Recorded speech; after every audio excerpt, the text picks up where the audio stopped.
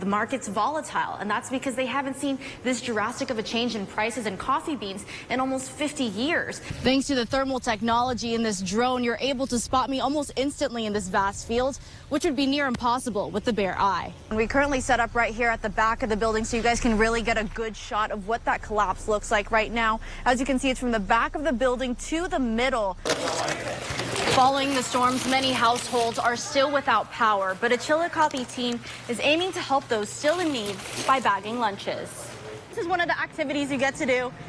I'm going to preface, I'm not a professional hockey player, okay? So give me some grace here. The goal is to get it into those little holes there. If you've ever wanted to see Santa's workshop as a kid, well, this is as close as we're going to get to the North Pole. Here at the Bloomington Processing Center, they are seeing around 70,000 pieces of mail per day. We couldn't confirm an amount owed because everything's up in the air. But what we can confirm is that there are 3 wage claims filed against the bakery with the Illinois Department of Labor, totaling nearly $1,400. We all know the excitement of watching something play in Peoria, but for some, that experience can be a little overstimulating.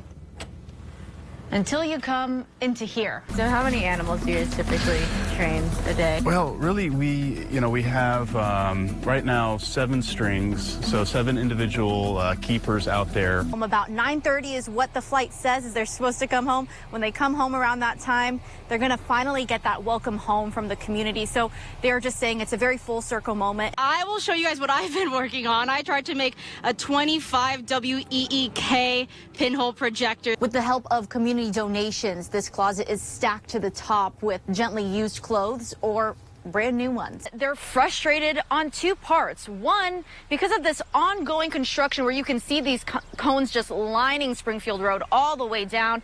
And because, like you guys were saying when the show opened, this is an event that a lot of people, especially the residents, look forward to every summer. Local small businesses and food bloggers who have gained hundreds of thousands of followers are awaiting the High Court's decision. I spoke with some of them. Here's what they had to say. That spillover success from the Civic Center also affects their tourism, where their hotels are seeing growth month over month, as well as bringing in more business for their local restaurants. And the students have told me that going into the second night, it's been a little bit tougher, and some students have opted to not sleep here overnight just because they don't have those tents. Happy 4th of July, Central Illinois. We have been out here watching the parade, getting your guys' stories. We even met one couple that's been here for every single parade except for one, so this is a special tradition for them. This is Lucy, a service dog with paws who's been trained at the Logan Correctional Center. It's a program that started in 2013, but all of that is now up in the air as the facility might be moved.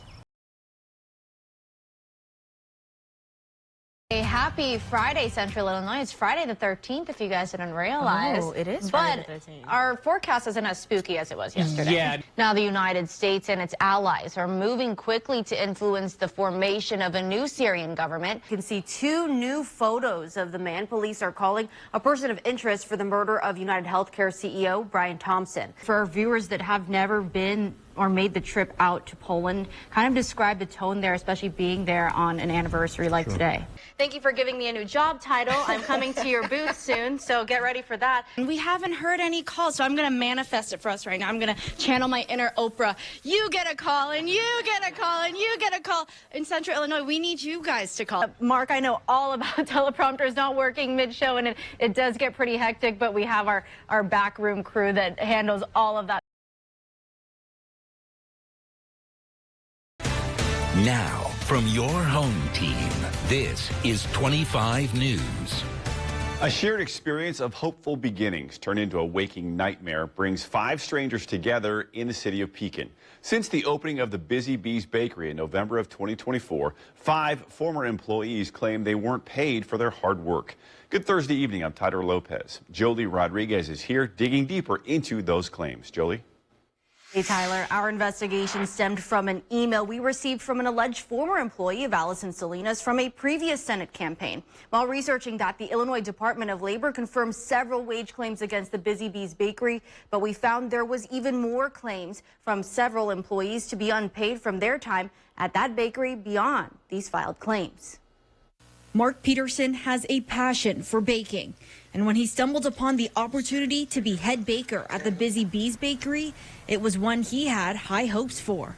The whole time working for her, when she would come in and something was not done, she would just be down your throat. Despite working long hours, he remained optimistic. Peterson said the environment at the bakery soon became chaotic, and his hopes soon fell as he says his time was met with no pay. Now I'm probably a week and a half in when I started hearing, that we might not be getting paid. But we discovered that Peterson's lived experience was not alone. Desiree Saunders, Brooklyn Flynn, Lauren Romero Velasquez, and Courtney Keller also claim to still be waiting for their paychecks. All of this while store shelves were full. The freezers were packed so packed in there that she didn't know what was coming in, what was coming out. She had no schedule. She had nothing. And she kept saying, it's just a new business. I'm just opening. Contrary to Peterson, Saunders did in fact receive one paycheck for $1,300 for her hours between November 5th to the 12th. But this raised questions as to why others were not being paid. She told me that she did not pay them because by law, she did not have to pay them until 2 weeks after we opened. This is what she kept telling me. We confirmed with Peterson's then attorney, Jerome Lubelchek from Szymanowski and Moscardini LLP, who said in part via email, whether a business is open to the public, if an employee worked, it does not justify delayed or not paying the employee. He further referred to Section 3 and 4 of the Illinois Wage Payment and Collection Act, which states every employer is required to pay all wages earned at least semi-monthly and no later than 13 days after the end of the pay period in which they're earned. But November 27th came and there was still no pay. Saunders and Peterson say after that, they stopped showing up to work. It feels really horrible. We could have did some good things. I feel like it's taken a huge burden. I was depending on this 100%. Former employees Romero Velasquez, Flynn, and Keller had similar claims who say there was a lack of organization and unclear schedules, ultimately leading to their lack of pay. There was no punching. Okay. There was no time thing. There was no, and that was my fault that I didn't write all these down. But there was no payroll, there was no time clock. We were just there. After we gathered what the 5 former employees said were their agreed upon wages, plus their dates worked as full-time employees, we couldn't confirm an amount owed because everything's up in the air. But what we can confirm is that there are 3 wage claims filed against the bakery with the Illinois Department of Labor, totaling nearly $1,400. We spoke with the owner regarding these claims. I have no problem paying anybody for anything they've actually done. Allison Salinas explained the lack of pay is a result of some employees allegedly misrecording their times worked, adding inappropriate behavior of alleged drinking and smoking weed on the job took place. Peterson and Saunders denied any intentional time theft, drinking on the job, and were not involved in the smoking allegation. It's a false statement. Mark never drinks. Ever. I've never seen Mark take a drink of anything. We've been out and at places together. We went to restaurants together. We have Mark and me are close. I've never seen him take one drink ever. Saunders acknowledged one instance where she put the wrong time, stemming from balancing 2 jobs and the confusion of her hours worked, but stressing it was never intentional. Regardless of the claims, the former employees say they are still owed. And Lubelchek confirmed Section 5 of the Illinois Wage Payment and Collection Act states all final compensation must be paid on your next regularly scheduled payday. When we asked Salinas how she plans to rectify this matter, the answer was unclear. I'm not doing anything currently because I'm sick. I told them I would figure it out and make sure their time was what it was, and I would get back to them. No, I didn't give them a time because I don't know how long it's going to take. Lubelchek explained despite the claims of wrong time cards, it doesn't justify their lack of pay. Peterson was unable to afford legal representation moving forward, but Lubelchek further urged that anyone affected should file a wage claim within the state or seek legal counsel. In another emailed statement, Lubelchek says it would be in Salinas' best interest to pay the affected employees. And while Salinas said in our conversation she could not determine when her former employees would be paid, according to state labor laws, as pointed out by attorney Lubelchek, her time is already up. Since our investigation started in early December, Salinas has closed Busy Bees Bakery as of February 20th. 25 News confirmed with the IDOL that whether a business is open or permanently closed, the department will continue to pursue a valid wage claim. During our investigation, we also found several of her alleged former employees from her Senate campaigns made similar claims and even filed a lawsuit as a result of their lack of pay. Due to time constraints on air, we could not include it. But if you would like to read more of what we found, you can find the full story on our website.